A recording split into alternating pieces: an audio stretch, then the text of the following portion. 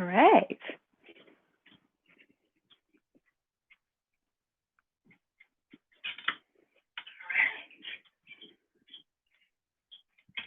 Okay, so I am live. Turn my volume down. Okay, so we have a few minutes before we officially begin. I just feel like I'm talking out into the void. if you are here, welcome to Sunday morning gentle chair yoga. And today I thought we could try sort of breaking the class into two parts. So the first part of the class today will be seated movements, some core awareness, spinal movements, some fascia work for the feet, shoulders, hips, kind of aim for addressing all body parts from a chair, gentle movement, gentle seated practice. And then the last half hour will be a standing practice. You might choose to do just the seated 30 minutes. You might choose to do the whole practice. Or you might choose to do a little bit of standing, the seated, a little bit of standing, and then move on with your day. So whatever suits you today is, I guess, what my point is. Okay, so just before we go here, I'm just going to make sure that all of my volume is down. All right, very good. Okay, so let's just take a moment to find your seat and let's just talk about a few things you might want to use today. So one thing I talk about a lot is it really depends on the chair you're using. I don't know what kind of chair you're using today, but something that's fairly sturdy. And then depending on your height, you might want to have something, a cushion. If you're a very tall person and you're sitting in a chair, you know, there might be a lot of hip flexion just sitting in a chair, which might mean sitting up on a little cushion might be helpful. There is another reason that sitting on the edge of a blanket, you can see I have a wooden chair. It's not very comfortable. So this gives me a little padding for the sit bones. However, the other great thing you can do here, which will help with the placement of the pelvis, is I place the block, but not right on the edge of the chair. So that when I'm sitting on the edge, I'm sitting, my sit bones are on the blanket, and this is giving my pelvis the opportunity to sit a little bit forward. Really common, the pelvis, when people are sitting in chairs, is kind of this way. It's just kind of tucked under a bit. So sitting a little bit on the edge of a cushion or a thin blanket or towel might be a helpful option for encouraging the pelvis to be very slightly tilted forward, which then encourages a natural curve in the spine and then helps the diaphragm and the pelvic floor operate sort of the way it's meant to operate. In this position here, it's really hard for the pelvic floor and the diaphragm to function sort of as intended. So if it's comfortable, you can do that. But most important is that you feel comfortable, sturdy, and supported in your chair. And so let's talk about the props as we see who comes on board this morning. So props that you might want to use. If you've got a stretchy band, awesome. If you don't have a stretchy band, hopefully you have a house coat or strap or belt. So any kind of long strap, I'll show you. This is a yoga strap, but it didn't have to be. It could be your house coat strap. This could be a fine option. So stretchy band or strap is one thing. Something to roll on the bottom of your foot. That could be a tennis ball. Could be anything round and object. This is kind of a fascia ball, which has some spiky bits on it. And it's sort of more intended for that purpose. But honestly, anything works. Rolling pins work. And long sticks work as well. A dowel. I think I used a dowel last week on my foot. But you can choose whatever you like. And we will start with that. And that will give everybody an opportunity to come on because we're just 2 minutes in now. So fascia, the connective tissue in your body, it encases everything, it connects everything, and it separates everything. It's around your organs, your joints, your blood vessels. It's pretty miraculous stuff. And it's fluid filled, and it's what allows the body to move and slide. And the connective tissue that starts in the bottom of the foot runs up the back of the body and ends under the eyebrows, kind of like a hood. So when we work on the bottom of the foot, you can encourage a little bit more opening in the connective tissue in the foot, Also really helpful for balance. So think of this as a precursor to balance. Great if you have muscle cramps in the back of the legs as well. So it's going to help lengthen that back line of fascia. So whatever you're using, I'm going to use the blue ball today. Sometimes I just switch it up, and I'm going to move my chair back a tiny bit so that you can see my feet. Okay, so I like to sit a little bit at the edge of the chair. Just choosing your comfort is most important though. I'm going to place my ball on the ground, and I'm going to start with my foot. So I'm just going to start with a gentle rolling, and then starting slowly, you might be curious and add a little extra pressure into the foot. Okay.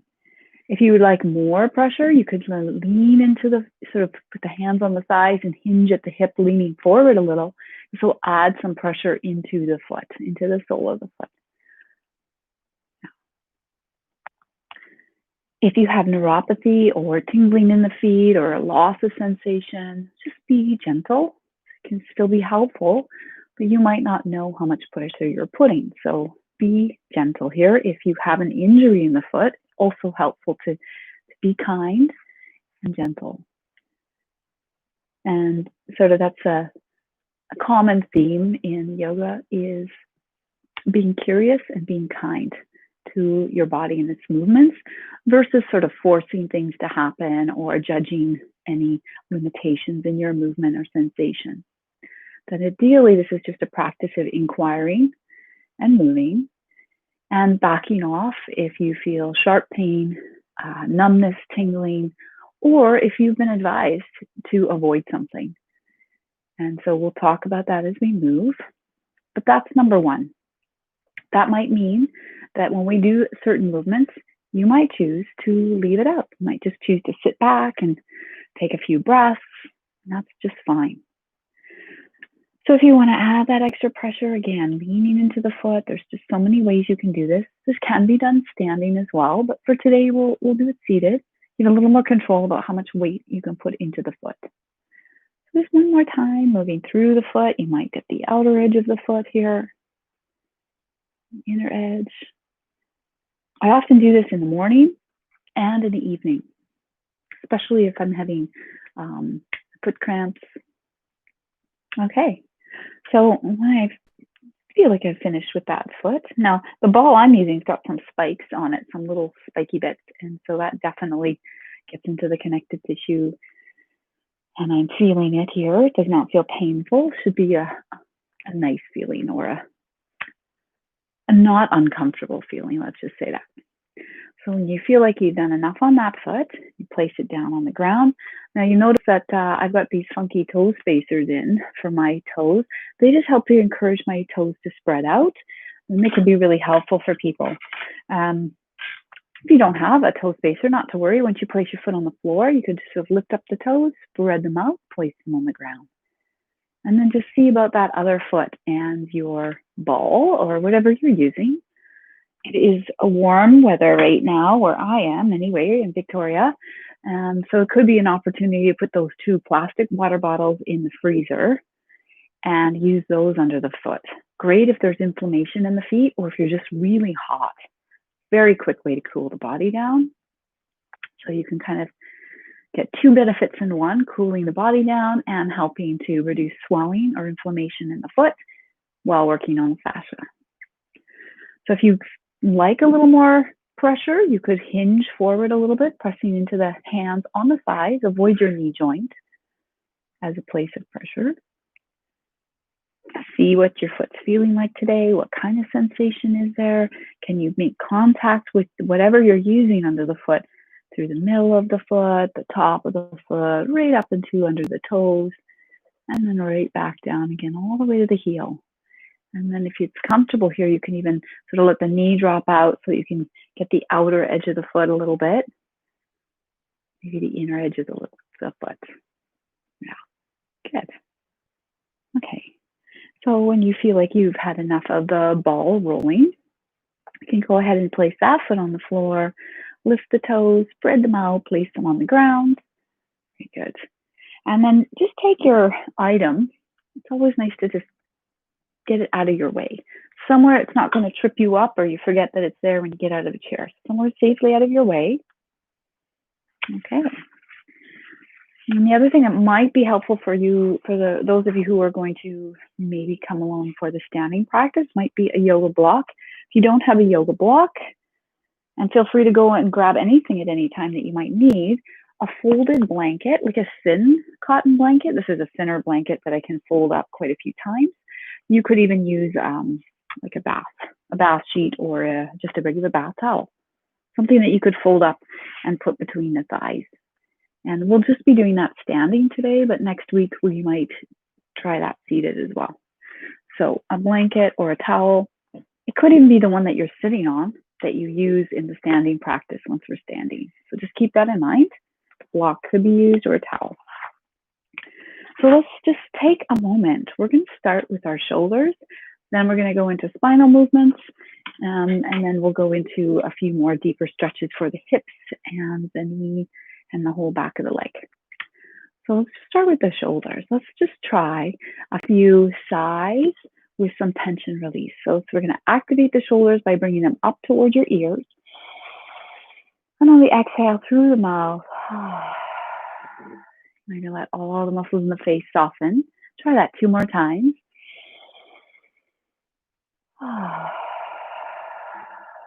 Letting the shoulders relax. Yeah, maybe 1 more.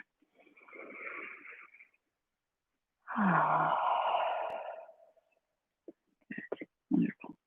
So now we'll just try a few little shoulder rolls. So you might slide your shoulders up towards your ears, gently back towards the back of your chair, down towards your sit bones, and forward. So think up, back, down, and around. And anytime in this practice, if you'd like to close your eyes to sink into the places that we're working a little more, you might close your eyes and really take the awareness into the inner sensations in the body.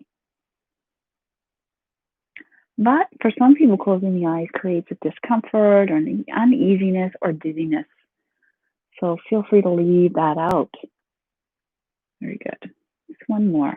Shoulders up, gently back, gently down, bringing the elbows close, palms up. So this position encourages the shoulders to slide down and under. And then you might invite a little bit of gentle movement to awaken the shoulder and the shoulder blades here. The hands going out to the side. Notice that there is a limit. They will only go so far. I'm trying to encourage my elbows to stay sort of snug against the side body. And just see where the palms go comfortably. So in that position, wherever they go comfortably, yeah, we're going to stretch them out. All right, so let's just do a little range of motion for your shoulder here. So I'm going to curl my fingers in, and I'm going to curl my hand into the shoulder. And I'm just going to see where the elbows go comfortably without feeling the shoulders do that. So try to keep the shoulders relaxed and see where the elbows go comfortably. This might mean that one arm's here and one arm's here if you had an injury or restriction in one of your shoulders. And then from here, just see if you can unfurl the arm. That's it. So curling the fingers in, curling into the shoulder, letting the elbows come down, and then slowly extending. Very good. All right, so we'll do a little more of a warm up for the shoulders here now, curling in, the hand coming into the shoulder. And then we'll just find some circles. So we're going to try both directions. So you can try forward and back. You could keep them really tiny and small, or they might be larger motions. You might explore just what is available within a range of comfort or manageability. So discerning between pain and maybe just stiffness or a little achiness is kind of an important factor here. Sharp pain, always a sign to back off, leave it out. Maybe it's not yet. So trying the other direction a few times, whatever size of circle that is. Could be this big. That's it.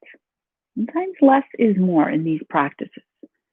Okay, so once the elbows are out to the sides, Just draw the elbows towards each other, chin towards your chest, a little stretch for the back of the neck and the back body. And then as you look forward, sitting up, let the elbows gently pull towards the back of your chair. Let's try that 2 more times if you can. Elbows coming forward, chin towards your chest. And then sitting up tall, looking straight ahead, elbows might pull back. Very good. And then just bringing your shoulders back to about shoulder height, elbows lower, arms come up. So one more motion for the upper body here with your hands, rolling the hands inwards, letting the chin come towards the chest. And now as you look forward, rolling the palms the other way so your thumbs are pulling back to the wall behind you. There you go. Let's try that 2 more times, like a little morning stretch for your back. Noticing how the hand position encourages the shoulder to either open or roll forward. This last one. That's it. And open. Very good. Wonderful. And as you bring your hands back to your thighs, we'll just address seated child's pose and the rocking chair. Both great if your back is giving you any grumpiness this morning.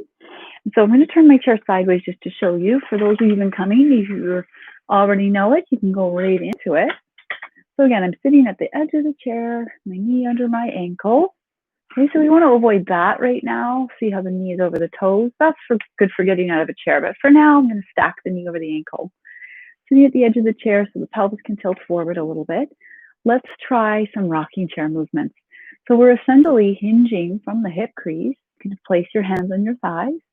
So the upper body comes forward. When I'm as far forward as I can go comfortably, I might lift the heels. This provides a little bit of extra traction, creating space in the lumbar spine. Good. When you're ready to come up, gently press into the thighs. Slowly as you come up, let your heels come down. Gently tuck the chin into the chest and start to lean back. And maybe the toes lift a little bit, like your rocking chair.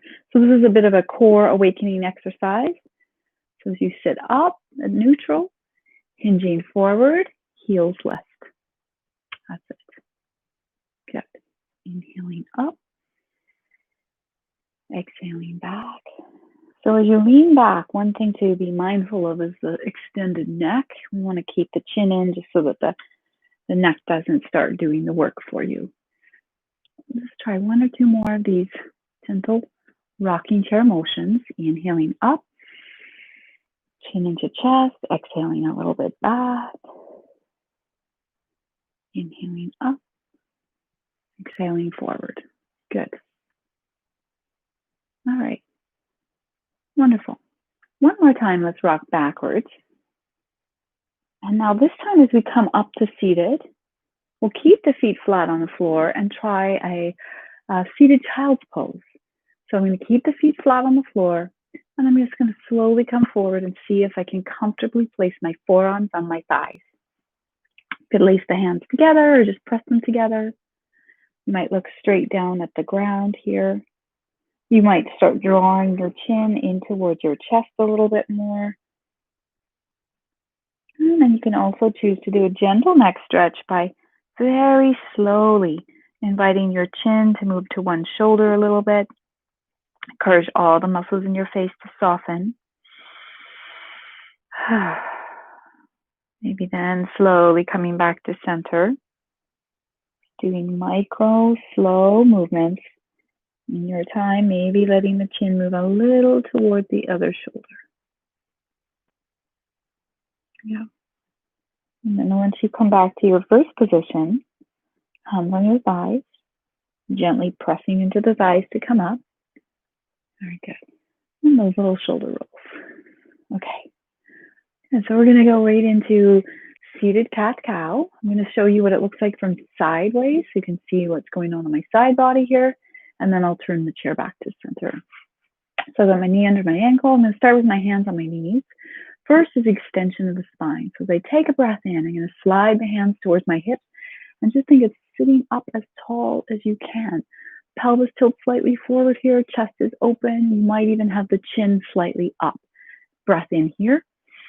On the exhale, your hands slide towards your knees. Think of your upper back rounding. So I'm encouraging you to slouch your upper back, chin to chest, stretching the arms. Think of a cat stretching or a dog.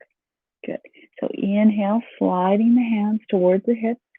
There's that undulation of the spine, the elbows pull back, chin lifting. And then sliding the hands towards the knees, leaning into the upper back, chin gently towards your chest, stretching the hands over your knees. Good.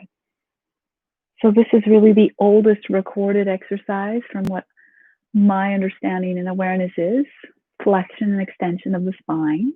If there's any sensation of discomfort in this movement, you might just modify it. So maybe something really gentle here, flexion, extension. I think this is a way as to create a little bit of fluidity around the spine. Inhale to lengthen, exhale to round the spine. Good.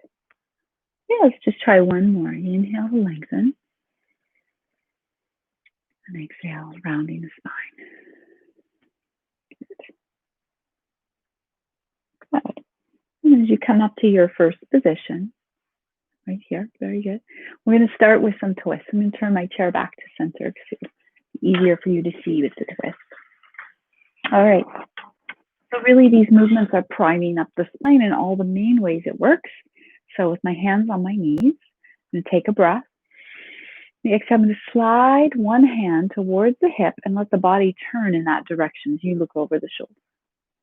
And on the inhale, sliding back. Exhale, sliding the other hand towards your hip, letting the head turn. Inhale to center. Very gentle, dynamic twist, side to side. Only going as far as your body feels comfortable going. No force needed. Inhale to center, exhale to turn. Inhale to center. One more time at your own pace. Of course, this is a great opportunity to maybe close your eyes and sense what you can feel in the spine as you do this movement. Very good. Wonderful. Yeah, so you come back to your first position. Very good. We're going to try two types of side bends today from seated. So the first one, a little shoulder roll up, back, and down. Very good. So I'm going to take my right arm and I'm going to extend it up.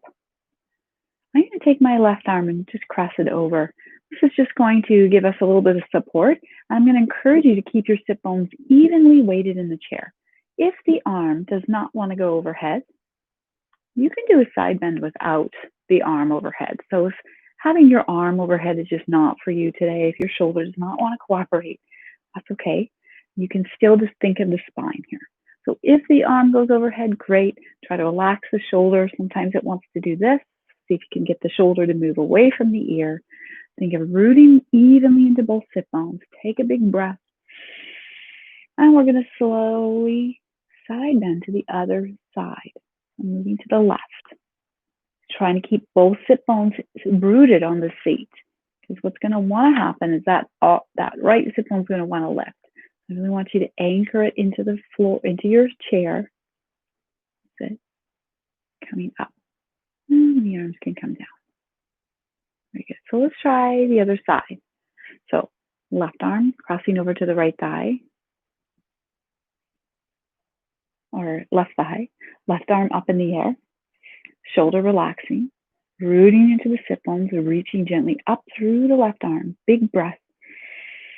And a tiny little side bend over to the right. Only go as far as you feel you can go comfortably without that sit bone, that left sit bone lifting. Take one more breath. Very good. And the arm comes down. Yeah, very good. Okay, so we're going to do a couple movements with the feet, and this will warm up the hip joint as well. So I want you to think, even in our standing and our seated balance, our seated movements for the lower body, your foot has a lot to do with what's going on in your knee and your hip. So if you just do that movement, notice that your knee turned out and your hip. So ankle, foot, it's all connected. So when we move the foot, it's articulating the leg bone, the knee, and the hip itself. Yeah. Okay. So what you can try to do here is move toes out and just see where you get to comfortably. You don't have to go this far, and then come back. So I'm just encouraging you to find what is a comfortable range of motion for you. Keep in mind that everybody is different with how their hip sits in the socket. So very common, people say, oh, I need more flexibility in my hips to get them open more. Sometimes it's an anatomy issue. Sometimes you are already at your full range. So just keep in mind, we're not trying to push the body anywhere. We're just trying to see what is a comfortable warm up for your hip. Your hip is doing this. The ball of your hip essentially is going out when the feet turn out, neutral, out, neutral, out. Okay, so that's the one first hip movement for warm up. Second hip warm up, I like to be sitting a bit on the edge of the chair because this is going to give your leg a little more room to move. And I'm just going to let my knees sway a little side to side. So your feet are rolling a little bit on their edges, something that's comfortable. So now this is sort of a seated windshield wiper movement. Often people will do this lying down with their knees bent as well. It's like windshield wipers. Okay, good. And now we're going to go to that wider angle with the feet, something comfortable. So when I look down, I can see that I have sort of like a Y position. I often have to readjust how I'm sitting in my chair so I don't feel like I'm sliding out of the chair here. All right, so let's do another side bend. So I'm going to take my right forearm, I'm going to sit up tall, and then just lean over and see if resting that forearm on my thigh is comfortable. So I'm getting a little bit of a deeper stretch here. So I'm going to take my left arm and I'm going to extend it out, palm facing down. And I'm just going to invite that arm to slice around all the way over towards that right knee. And you might even feel the rib cage open a little bit here. Encourage it to open up towards the ceiling and back. If your arm does not want to do this, you could just stay here, encouraging that opening and take some breaths. Slicing the arm. So think of side bends really help to open up the space between the ribs and the hip. Very good. The other option with the arm is to go up and over. Some shoulders are going to say, no, thank you. And so please listen to your body.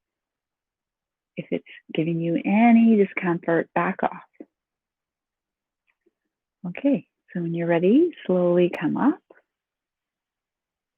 Just take a little shoulder roll at center. Okay, so once you're ready, shoulders relax. We're going over to the left. So sitting up tall, going over, and then just resting your forearm on your thigh. Avoid your knee joint. Your thigh bone, though, is strong, biggest bone in your body. Okay, so you probably already feel a sense of stretch in the side body. You could bring that right arm up, palm down, and slice it around towards the left knee. You might think of the chest opening here. So one is a slicing arm. That's a little bit more manageable for lots of shoulders. The up and over often gives people a little grief. So if that up and over action does not feel good, go back to the forward slice. Yeah. Okay. Very good. Hand comes down. Up we come. Good. A little shoulder roll. All right. So the next movement gets a little more into these bigger back muscles on the side. So I'm going to take both hands. I'm going to turn my body to face that right leg, hands on the thigh, and then I'm going to just slide the hands down. So we do this one every week. It's a really nice way to get into these opposite back muscles a little bit, and then back up again. Now I'm just going to encourage you to do that maybe 3 times in total. So 2 more. Sliding the arms down and back up. Yeah, very good. 1 more. Sliding the arms down and up. Very good. Now, once you come back to your center, sort of centering the body, turn the body now. So it's just a very little bit of a torso turn, nothing forced, something that you can do easily here. So it doesn't have to be big. Hands on the left thigh or whatever thigh you haven't done yet. And then sliding the hands down. So notice that I'm keeping the head in line with the heart. I'm always avoiding dropping the head down below the heart. And so that will protect the head from getting any extra pressure, which is important if you have eye issues, high blood pressure, or vertigo or dizziness of any sort. Very good. One more if you can. That's it. Very good. All right. Wonderful. As you bring your feet back in to that hip width apart. So we're going to move into a few things for your lower body. And so this is where you might choose to use a housecoat strap or your stretchy band. I'm going to use the stretchy band today. But as we go along, I'll show you how you can use your strap for this as well. So I'll just leave that on the side of my chair. Really, whatever you've got available is what you're going to use. All right, so I'm going to take out whatever you're using. And I'm going to put it underneath the ball of my foot. Okay, so then as I extend the foot down onto the ground, the first thing I'm going to encourage you to do, kind of pull, if you have a stretchy band, you can kind of pull it in so you're providing some tension, and then you're just going to try to do a toe tap. And so this can really help with the dorsiflexion in the foot. So pointing and flexing. Now, if you're using a strap that doesn't have a lot of stretch in it, that's okay. You can still do this with a strap, but you're not going to get sort of the bungee effect. But you could still put it under the foot and push against it, and then pull the foot back. Push against it, pull the foot back. Kind of like pressing down the pedal on I don't know, the piano, the gas pedal, the sewing machine, essentially. It's quite an important muscle group in the foot, this ability for us to flex and point the foot. The muscles in the front and the back of the foot here and here are really integral for balance. Also, so that we don't trip on our own feet when we walk. Okay, very good. Maybe one more. All right. So I'm going to move the band now a little more under the middle of my foot, like the arch of the foot. Right, I like to sit at the edge of the chair here, holding it like so. Okay. I'm going to lean back a little, bring the foot up. I'm going to show you what this looks like from the side.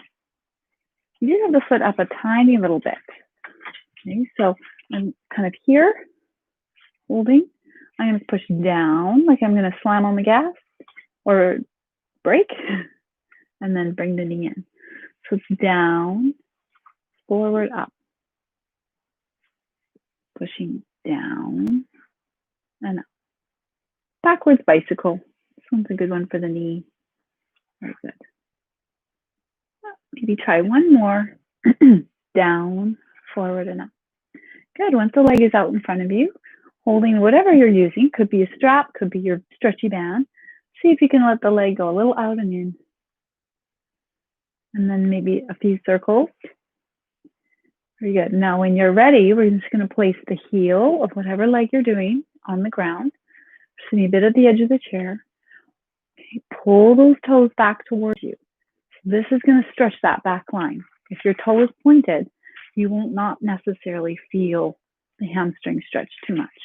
I'm going to gently pull, and then I might hinge forward a little bit to get a little sense of more stretch in the back of the calf and the Achilles and the back of the leg. Just take a nice deep breath here. Maybe out the mouth, let out some held tension. Good. And then when you're ready to come up, and bring the foot in.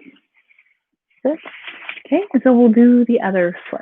So we started with that dorsiflexion, or that strengthener for the back line and for the foot itself.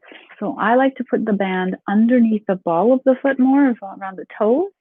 So then if I pull on it to create some tension, then it's a little more effort for me to go into this action of pushing the ball of the foot towards the floor and then pulling the toes back towards me.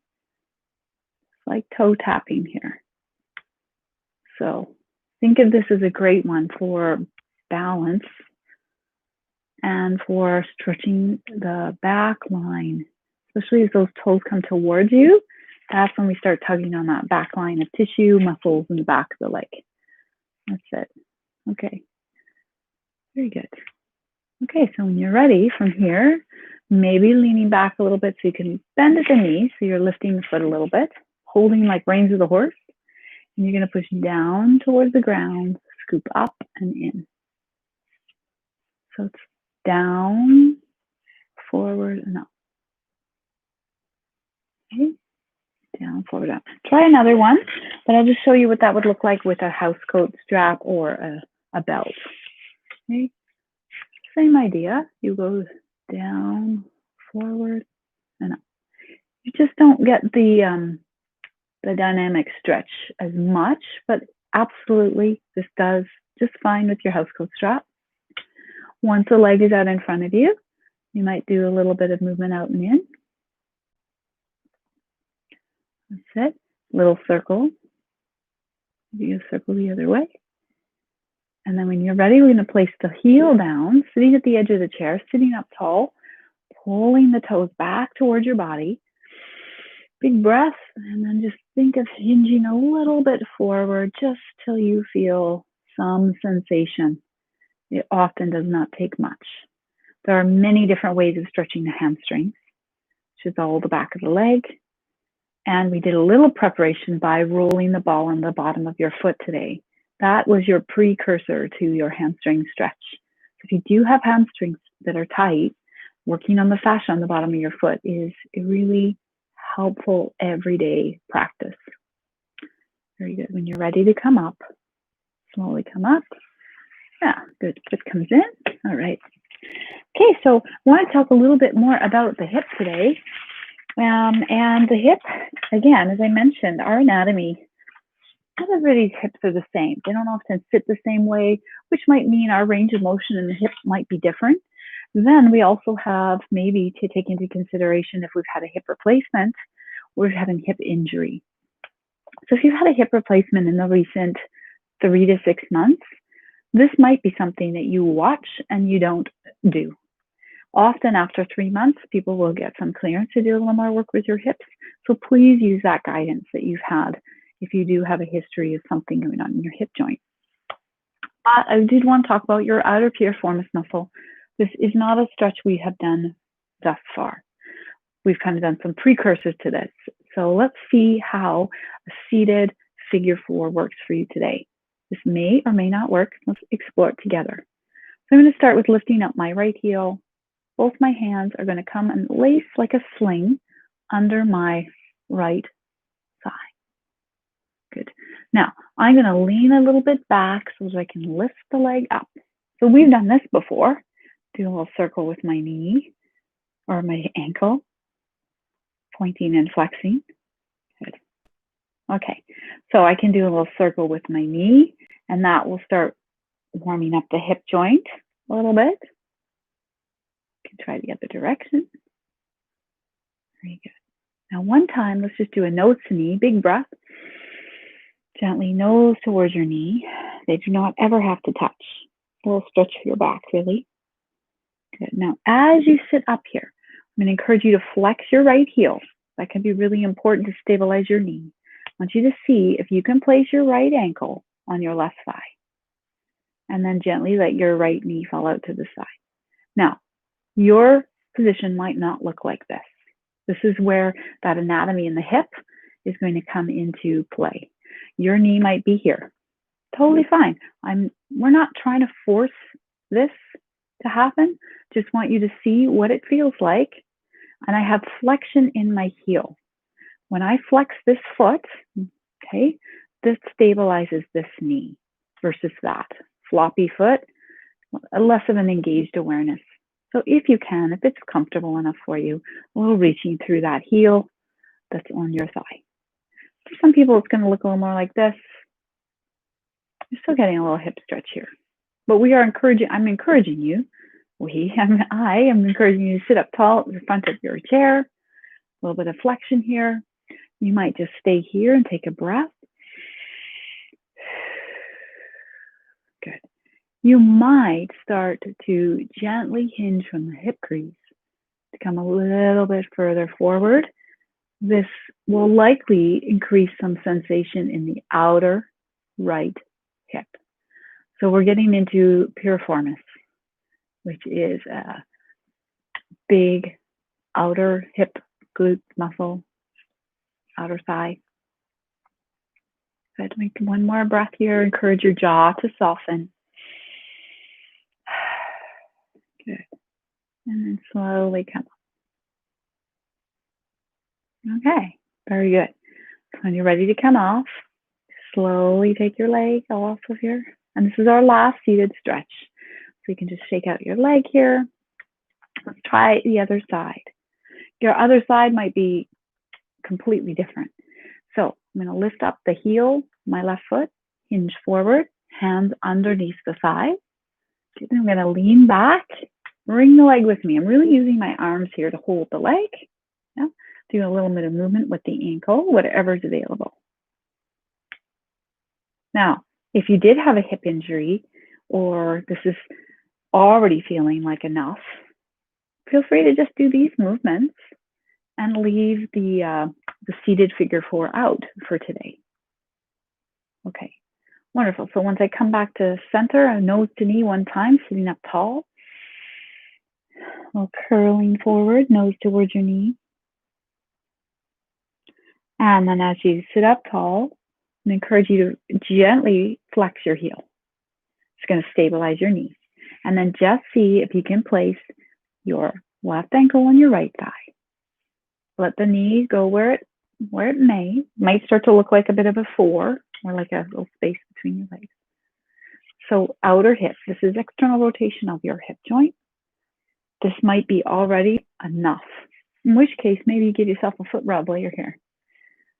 Okay. If it's comfortable for you to go further, sit up tall and then gently hinging at the hip crease to come a little bit forward. Avoid pressing on your knee. You can put the hand on the thigh bone if you like, but knees are not very stable to press on in general. So this is, for some people, really helpful stretch for sciatica, but that depends on why you have sciatica. Sometimes it's in the a pinched nerve in the spine that's pressing on the sciatic nerve, in which case this might not give you a lot of relief. But for about 30% of the population, the sciatic nerve, a big thick nerve, runs right through this outer hip muscle.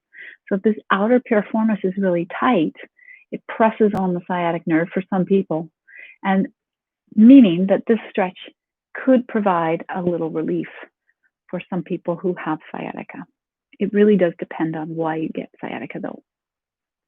And so as you come out, very gently, bringing the foot off of the, very good, shaking out the feet a little bit here. Let's take a little shoulder roll and a shoulder shrug. Okay, all right, so we're moving into more of an active standing practice. If you decide that's good for you, you've really done all of the spinal movements, you've done some shoulder movements, ankles, arms, shoulders, neck, you've done a little head to toe already. But if you would like to try the standing practice, first thing we're going to do is we're going to try a sit to stand 4 times.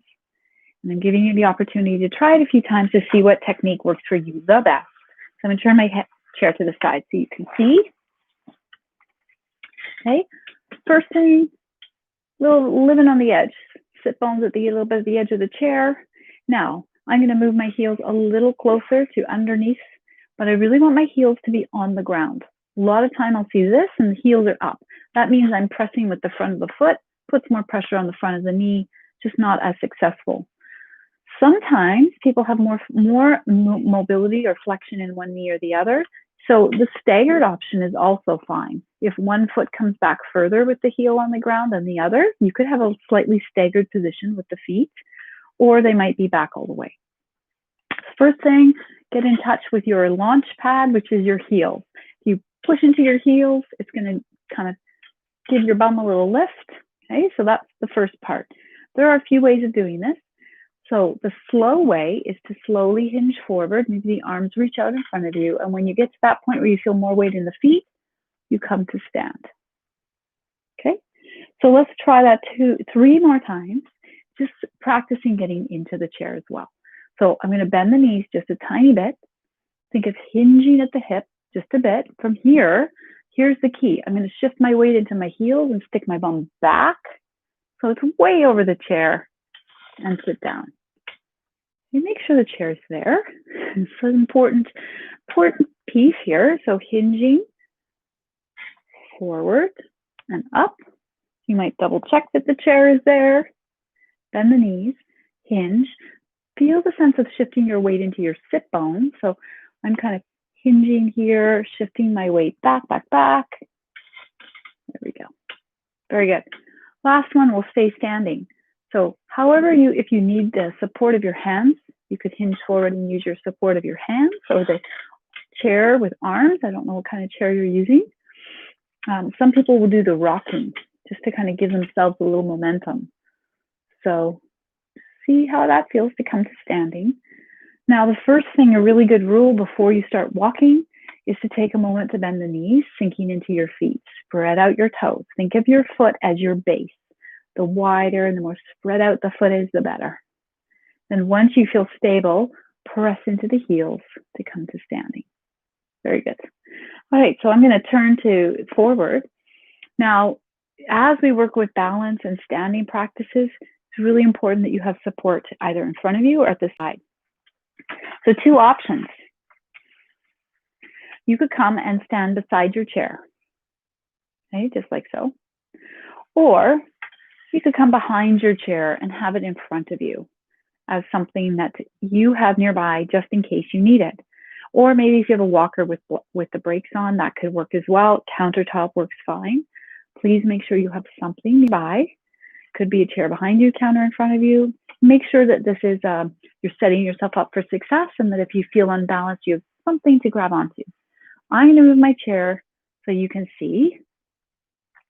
But again, keeping something in front of you might be really helpful or something on this side. I think front is probably best. So let's start with the feet a little wider than your normal position, a little bend in the knees. Think of that knee bend is really essential for sinking your weight down into your feet. I have really witnessed people who are feeling off balance as soon as they bend their knees. It's kind of catching your body weight here. So sink into your feet, spread out the toes. And I have a little bend in my knees and I'm going to shift my weight. So all my body weight's on one foot.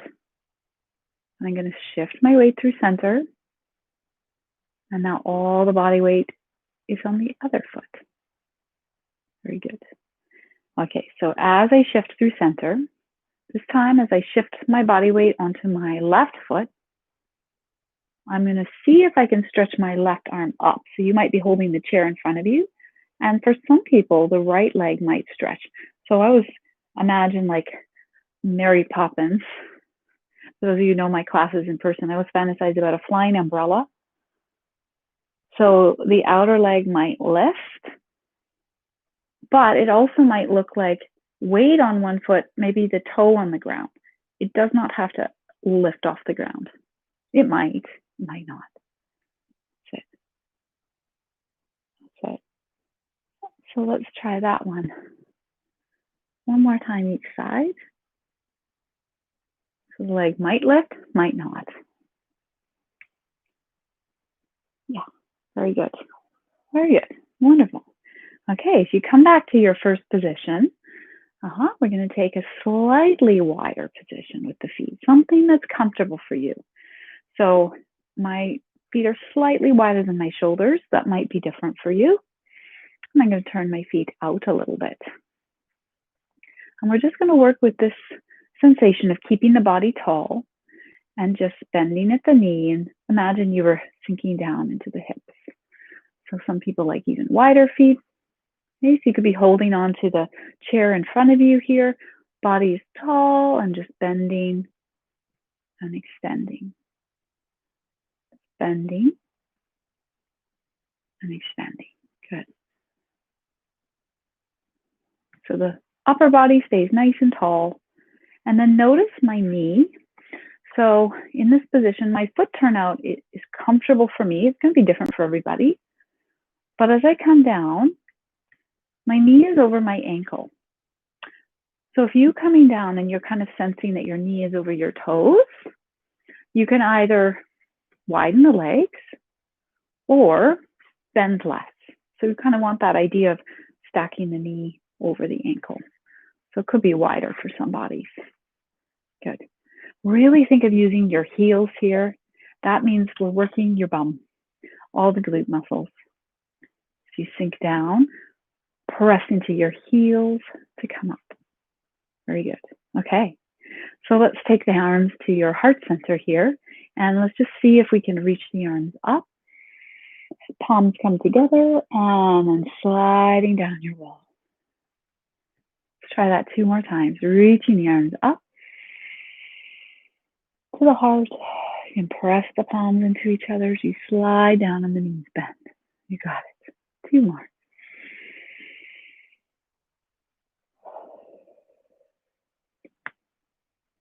Let's do one last time.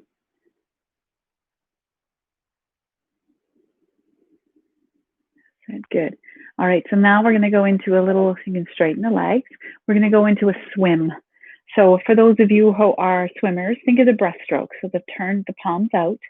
Think of scooping that water towards the armpits, scooping in, palms face up. As you bend the knees, hands slide forward. So we're swimming here. Opening the chest. That's it.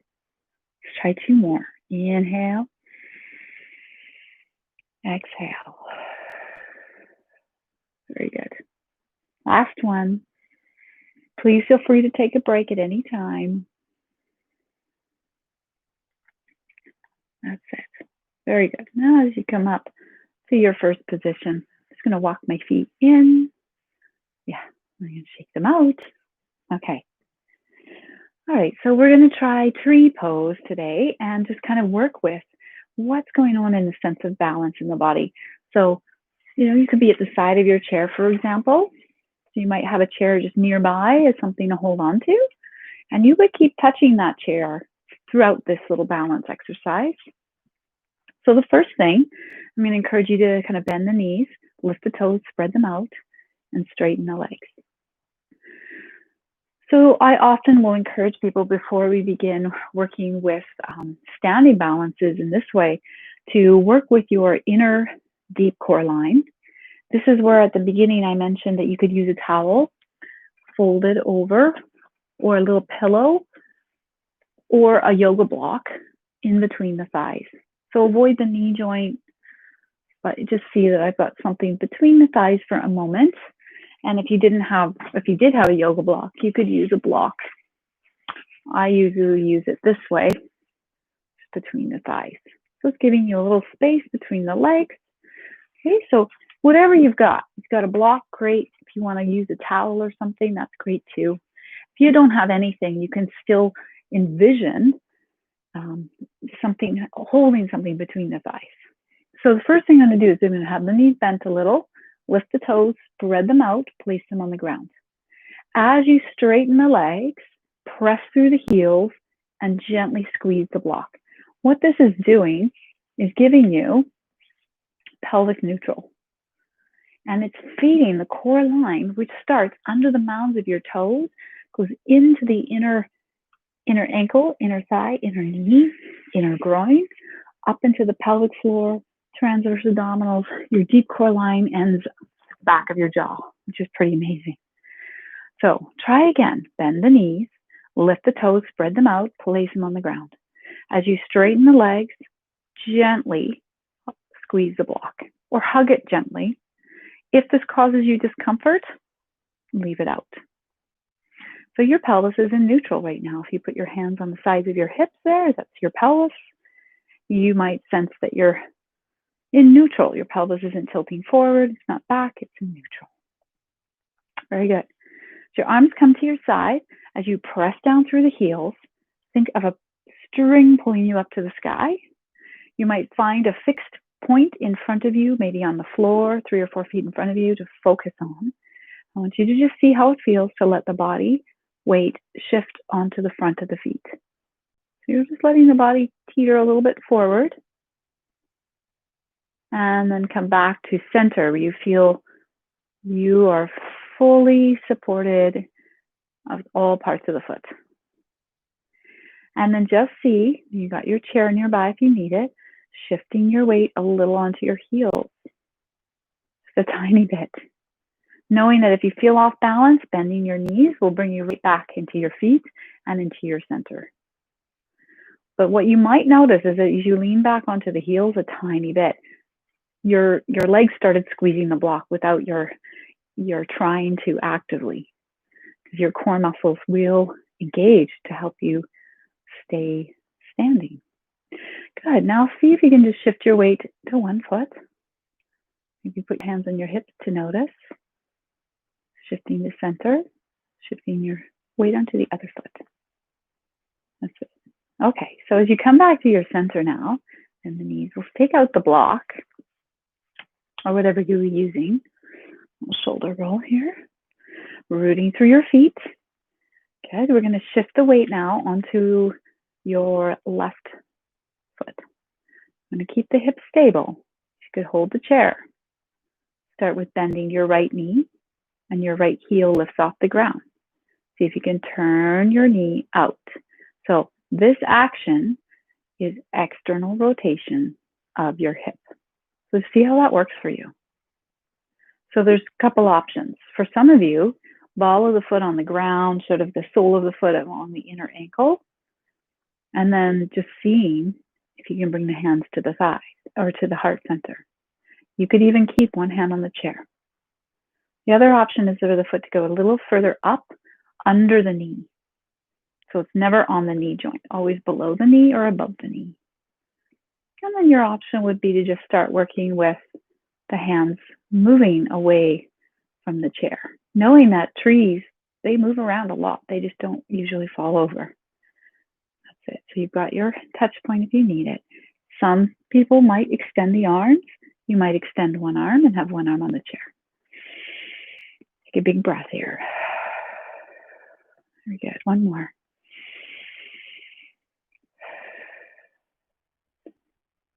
That's it. You bring your hands back to your heart center. And put to the ground. Very good. Shake out the legs. Hurry for time. Okay, perfect. We have just enough time to try our other side here. So you can either move the chair or walk around to the other side of the chair, or maybe you're behind your chair right now. I'm just going to move my chair from the other side. Okay, so first thing I'm going to do is bend my knees, lift the toes, spread them out, place them on the ground. And then pressing to the heels to come up with strong standing legs. Really press through the heels. Very good.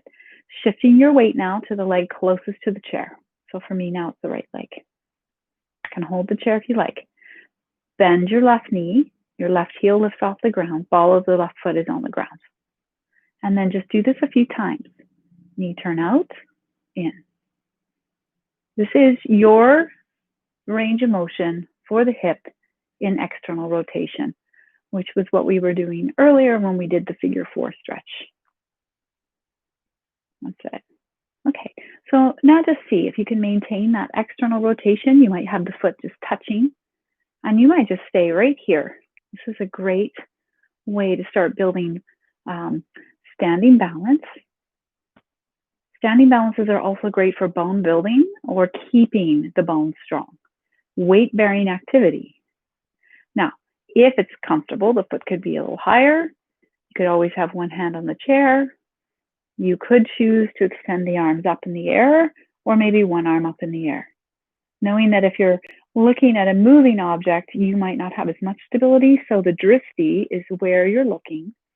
It's your gaze, a soft inward gaze as you maybe stare at the floor 3 feet in front of you. Take a big breath.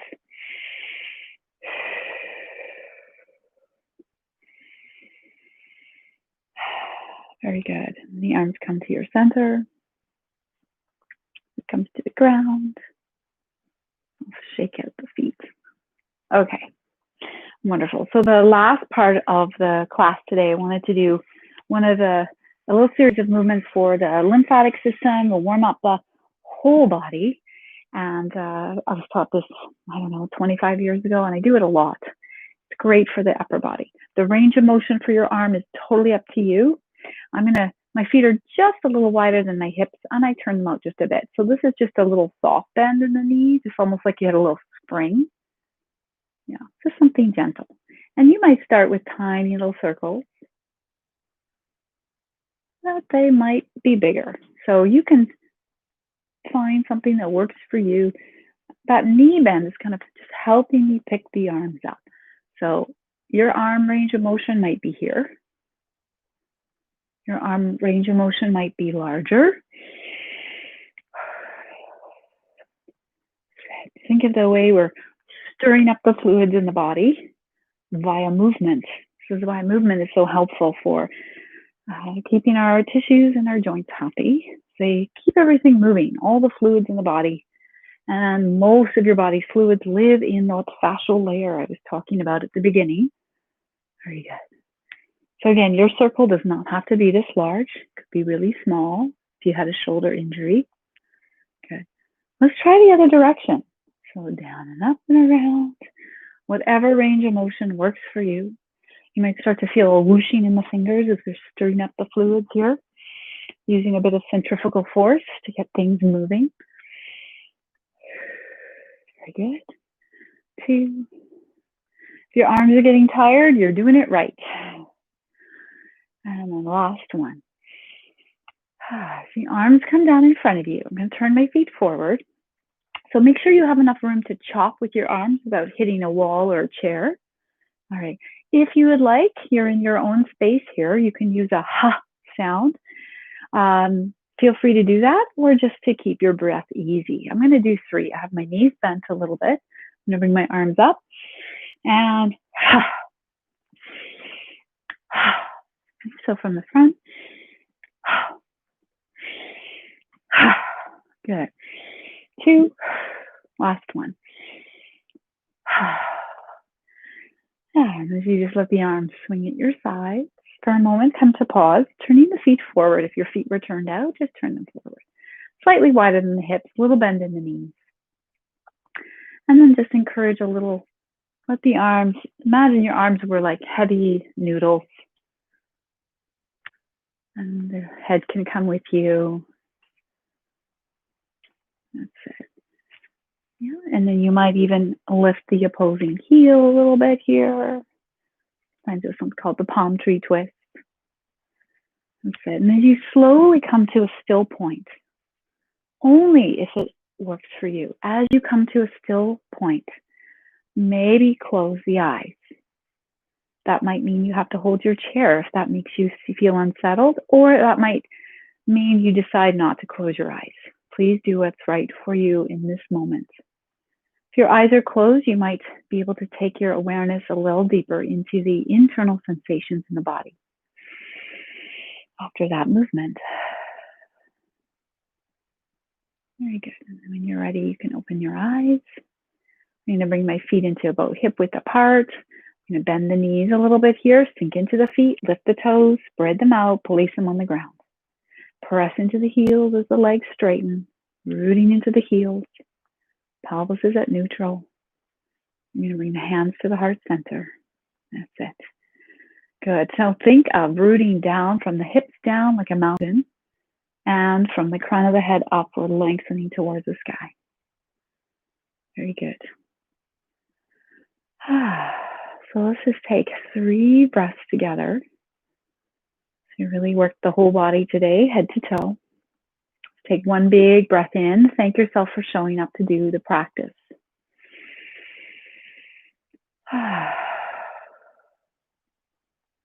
One more breath. Thank your body for all it does for you. And maybe 1 more breath. Something you're grateful for in this moment.